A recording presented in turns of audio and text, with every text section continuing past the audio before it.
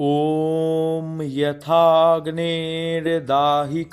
शक्ति रामकृष्णे स्थिता ह्या सर्वविद्यास्वरूपां तां शारदां प्रणमामहम्। শ্রী শ্রী মায়ের কথা, শ্রী শ্রীশচন্দ্র ঘটকের স্মৃতি কথা।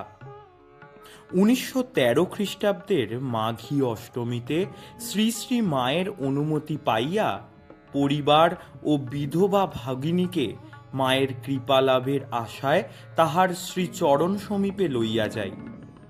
ওই দিন মা উভয়কেই দীক্ষা দেন। পরিবার মাকে জিজ্ঞাসা করিয়াছিলেন, মা, আমার শিব পূজা করতে ইচ্ছা হয়, তা করব কি?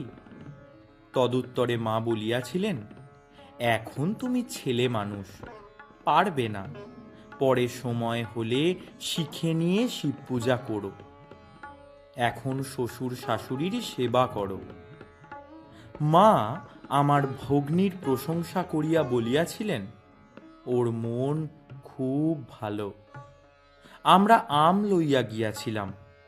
ওই সময় আমের মূল্য বেশি ছিল। মা ওই আম দেখিয়া বলিয়াছিলেন, এত পয়সা দিয়ে আম কেন? আর এই আম এখন খেতেও ভালো নয়, টক। 1913 খ্রিস্টাব্দের জন্মাষ্টমীর ছুটিতে আমরা কয়েকজন গুরু ভ্রাতা মিলিয়া জয়রামবাটি যাই। সঙ্গে একজনের একটি অল্প বয়স্ক পুত্রও ছিল। সন্ধ্যায় কোয়ালপাড়া মঠে পৌঁছিলাম। ছুটির সময় অল্প বলিয়া উক্ত মঠে থাকিবার অনুরোধ রক্ষা না করিয়া সেই রাত্রিতেই জয়রামবাটি রওনা হইলাম। পথে মুষলধারে বৃষ্টি আরম্ভ হইল। ভীষণ অন্ধকার, পথ ঘাট কাদা জলে পূর্ণ। এইসব দুর্যোগ অতিক্রম করিতে করিতে জয়রামবাটি পৌঁছিলাম। কিন্তু আমাদের পৌঁছিতে রাত্রি অধিক হইয়া যাওয়ায় সে রাত্রে মাকে আর কোনো সংবাদ দেওয়া হয় নাই। পরদিন সকালে যখন মাকে প্রণাম করতে যাইলাম, তখন মা এই সকল শুনিয়া আমাদের ভৎসনা করিয়া বলিয়াছিলেন, বাবা, ঠাকুর রক্ষে করেছেন।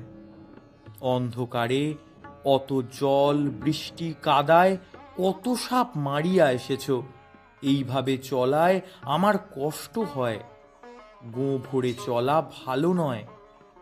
আমরা বলিলাম, মা, তোমাকে দেখবার জন্য মন খুব ব্যাকুল হয়েছিল, তার উপর ছুটিও অল্প, তাই অত তাড়াতাড়ি। মা, তোমাদের তো এরূপ ইচ্ছা হবেই, কিন্তু এতে আমার কষ্ট হয়। নিবেদিতা বালিকা বিদ্যালয়ের ভূতপূর্ব প্রধানা পরিচালিকা শ্রীযুক্তা সুধীরা দিদি তখন জয়রামবাটিতে ছিলেন।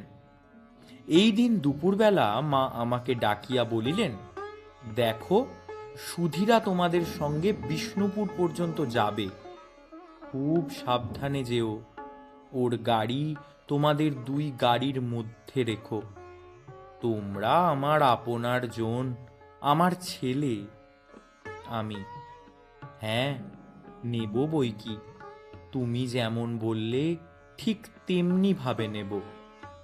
রাত্রিতে আহারের সময় মা আমাদের নিকট বসিয়া কথাবার্তা বলিতে লাগিলেন। সেই সময় সেই ছোট ছেলেটির দীক্ষার কথা উত্থাপন করায় মা বলিলেন, এখন ছেলে মানুষ, হেগে ছুঁচাতে পারে না, এখন কি দীক্ষা হয়? ছেলেটি ভক্ত, বেঁচে থাক, ভক্ত দাস হোক। আমাকে বলিলেন, ওর ভাত মেখে দাও। আমি কথায় কথায় বলিলাম, মা, আমরা যার তার খাই, এতে কোনো হানি হয় কি? মা, শ্রাদ্ধের অন্নটা খেতে ঠাকুর বিশেষ নিষেধ করতেন, ওতে ভক্তির হানি হয়। সকল কর্মে যজ্ঞেশ্বর নারায়ণের অর্চনা হয় বটে, তবু তিনি শ্রাদ্ধান্নটা খেতে নিষেধ করতেন।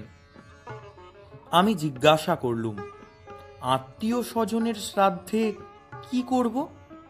মা, আত্মীয় স্বজনের বেলায় না খেয়ে উপায় কি?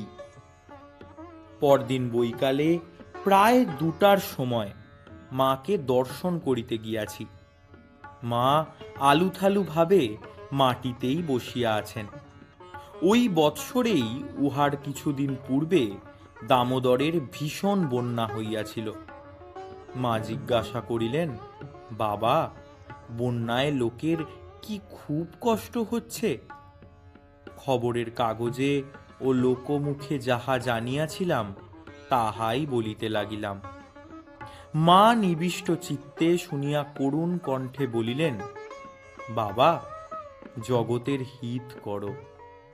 মায়ের এই কথা শুনিয়া মনে মনে তাহার এই বিরাট বিগ্রহের সেবাধিকার প্রার্থনা করিয়া বাহির বাটিতে আসিব বলিয়া প্রণাম করিতেই শুনি মা আপন মনে বলিতেছেন, কেবল টাকা টাকা টাকা।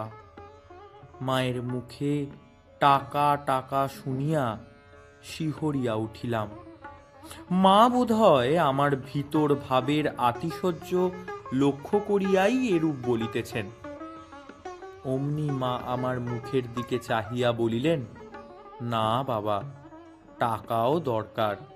এই দেখো না, কালী কেবল টাকা টাকা করে। জয় মা, জয় ঠাকুর।